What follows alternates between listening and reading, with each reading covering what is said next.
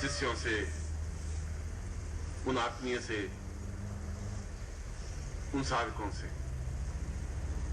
और इसीलिए आज अपने इस प्रवचन में मैंने आपको शिष्यों और साधकों शब्द से विभूषित किया, तो पुत्रों शब्द से भी विभूषित किया, क्योंकि आप केवल साधक ही नहीं है, केवल शिष्य ही नहीं है, मेरे पुत्र भी है, आत्मीय भी है, प्राण भी है, जड़ भी है।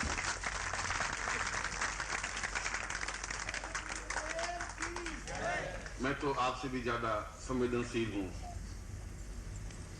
आपसे भी ज्यादा कोमल हूं। ऊपर से मेरा व्यक्तित्व चाहे कितना ही कठोर हो, बेदाम की तरह जो ऊपर बहुत सख्त होता है पर अंदर बहुत सुस्वादु और मधुर होता है। सख्त इसलिए होना पड़ता है कि मैं अपने जीवन काल में आपको कुछ बना दूं, और वहां थोड़ा संयम, थोड़ी कठोरता आपके सामने उपस्थित हो जाए, थोड़ा अनुशासन। प्रत्येक क्षण आपको एहसास होता रहता है कि कोई हमारे पास है। आपकी उनकी बातें, उनकी हंसी, उनकी मजाक, उनके शब्द, उनकी साधनाएं, उनकी सामीप्यता, सब कुछ आंखों के सामने नाचने लगता है, और जबरन आपकी आंखों में से आंसू छलकने लग जाते हैं। वे आंसू आपके और मेरे बीच में एक सेतु है, पुल है। वे इस बात के प्रतिबिंब हैं कि आपके मेरे हृदय एक साथ ही धड़कते हैं।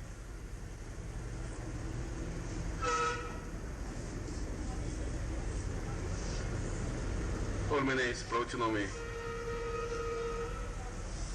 एक ही बात कही है कि अब वो क्षण आ गया है कि जब आप थोड़ी हिम्मत और साहस से दौड़े, गतिशील हों, और जहां भी ज्ञान की सरिता प्रवाहित हो रही हो वहां पहुंचे। आपके कदम रुके नहीं, क्योंकि इस शिविर में आपने देखा होगा कि मैंने काफी भार कम करने की कोशिश की है, बांटने की कोशिश की है, इसलिए कि अब मेरा लक्ष्य यह है कि अपने शिष्यों को यथार्थ रूप में, प्रैक्टिकल रूप में वे साधनाएं करवाई दूं, जिससे कि वे जीवन में पूर्णता प्राप्त कर सकें।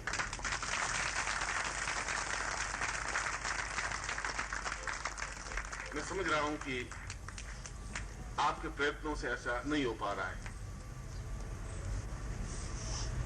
अगर आपके प्रयत्नों से ऐसा नहीं हो पा रहा है तो फिर मेरे प्रयत्नों से होना चाहिए। होना चाहिए, ये जरूरी है, और हो यह आवश्यक है। मेरा तो संपूर्ण जीवन मेरा है ही नहीं, सब शिष्यों में बंटा हुआ है।